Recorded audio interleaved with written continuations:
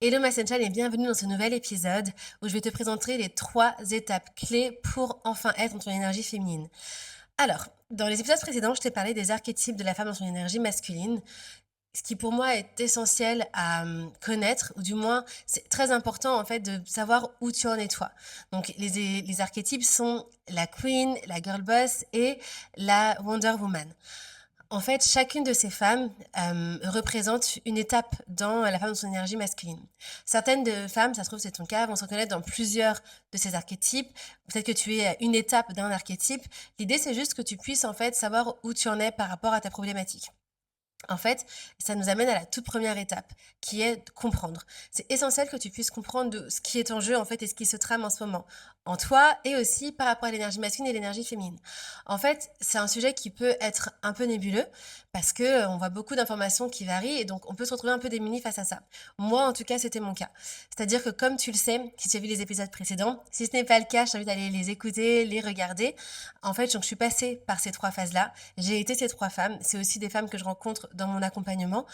Hem et en fait, à chaque étape, j'ai essayé de comprendre parce que je me disais: «Mais pourquoi j'en suis là?» Et jusqu'à ce que j'arrive au moment où, j'avais compris qu'en fait, il existait un monde différent, un monde dans lequel les femmes peuvent être dans leur énergie féminine, dans leur couple, tout en étant des femmes, hyper badass dans leur vie de tous les jours.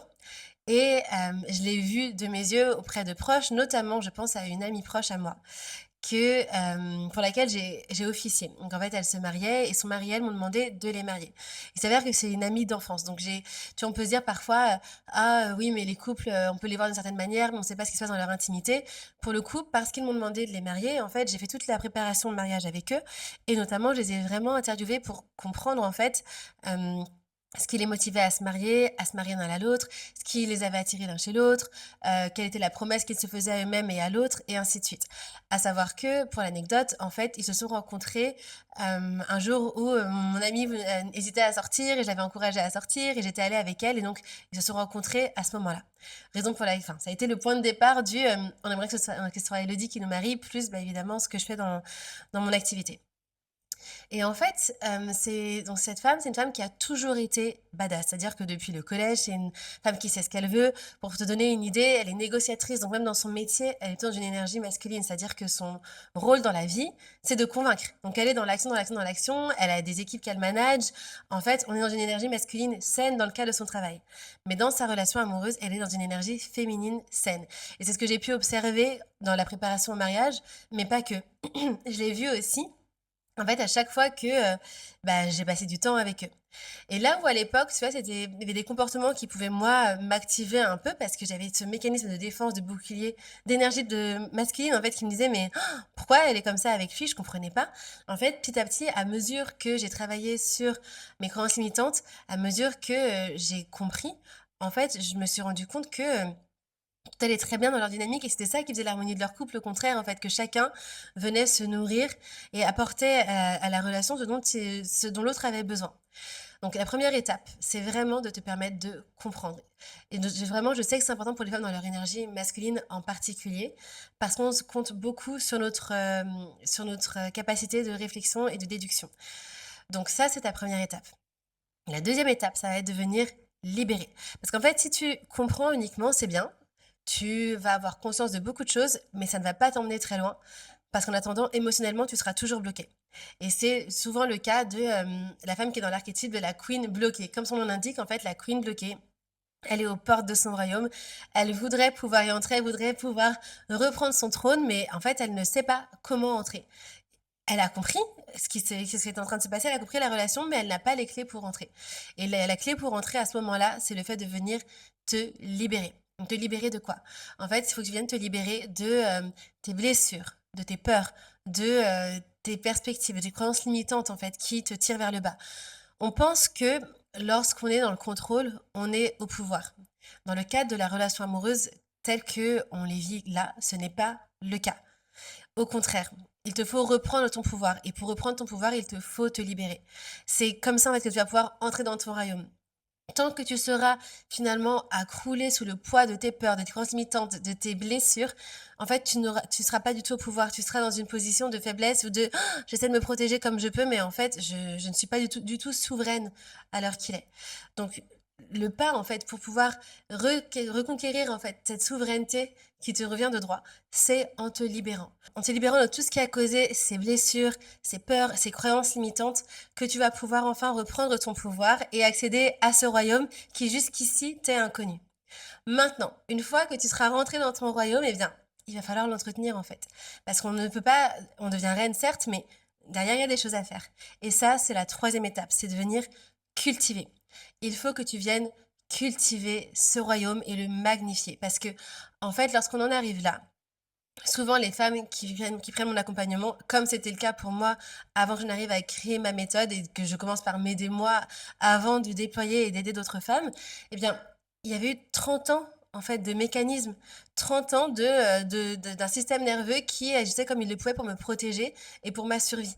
Donc en fait, certes, j'ai passé ces étapes de OK, j'ai compris, OK, je me suis libérée. Mais derrière, en fait, à moins de venir cultiver intentionnellement, eh bien, le risque que des mécanismes anciens reviennent prendre le dessus existe. Donc c'est là que c'est important ensuite d'être intentionnel. Et donc ça, tu vas le faire en ayant des pratiques au quotidien et un regard aussi authentique que possible sur ce que et honnête que possible sur ce que tu vis.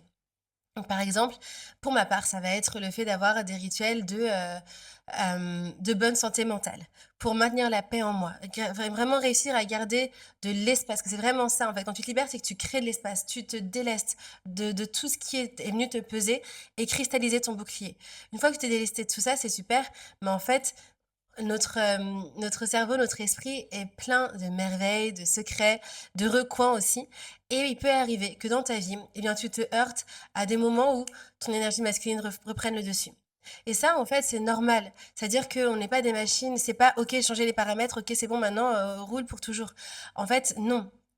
On est en mouvement constant, on est en constante co-création avec tout ce qui vient vers nous. Et en fait, parfois, ce qui vient vers nous, va venir nous activer.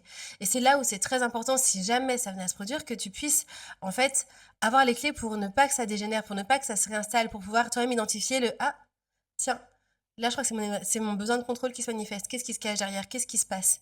Et donc ça, pour ma part, ça va être fait avec des exercices somatiques notamment, avec le fait de vraiment intentionnellement t'entourer, te nourrir aussi intellectuellement, psychologiquement de ce qui va te permettre de rester dans cette réalité, de rester dans ce qui t'élève par rapport à ton énergie féminine.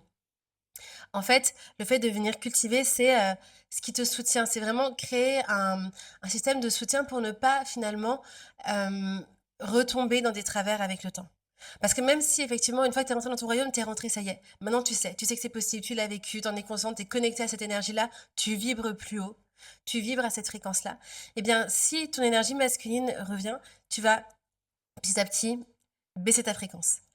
Et c'est des choses qui peuvent arriver et c'est OK. Mais le tout, c'est d'y être préparé déjà pour commencer, de savoir que c'est normal et en fait derrière d'être en paix avec le fait que OK, je cultive et plus tu cultives intentionnellement, plus tu, continues de maintenir cette fréquence élevée.